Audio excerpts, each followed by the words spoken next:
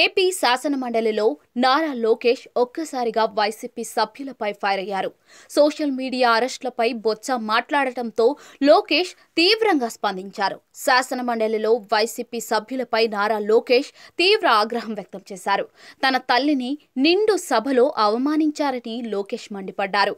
తాము అలాంటి వ్యాఖ్యలను సమర్థించబోమని బొత్స సత్యనారాయణ ఈ సందర్భంగా చెప్పారు. అయితే అలాంటి వారికి టికెట్లు ఎందుకు ఇచ్చారని లోకేష్ ప్రశ్నించారు.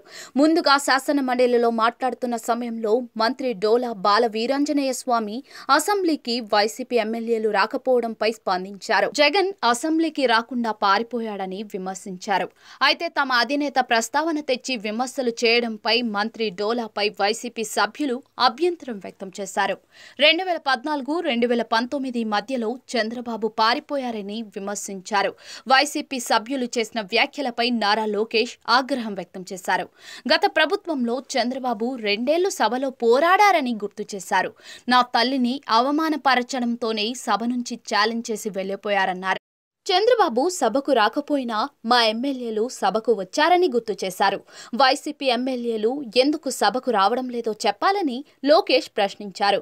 ఈ సందర్భంగా బొత్స స్పందించారు. మీ తల్లిని అవమానించిన వారిని మేం ప్రోత్సహించమని బొత్స చెప్పుకొచ్చారు. అయితే గత ఎన్నికలలో టికెట్లు ఇస్తే ప్రోత్సహించినట్లు కాదా అని ప్రశ్నించారు.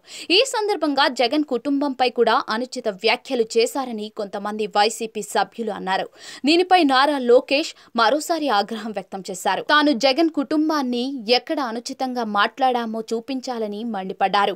లోకేష్ తీవ్ర ఆగ్రహం వ్యక్తం చేయడంతో వైసీపీ ఎమ్మెల్సీలు సైలెంట్ అయ్యారు. అసెంబ్లీకి వైసీపీ ఎమ్మెల్యేలు హాజరు కావడం లేదు, కానీ శాసన మండలికి మాత్రం ఎమ్మెల్సీలు హాజరవుతూ ఉన్నారు. ప్రభుత్వాన్ని ప్రశ్నిస్తూ ఉన్నారు. మంత్రులు సమాధానాలు ఇస్తూ ఉన్నారు. అందుకే ఎమ్మెల్యేలు కూడా సభకు వస్తే బాగుంటుందన్న అభిప్రాయం బయట నుంచి వినిపిస్తూ ఉంది.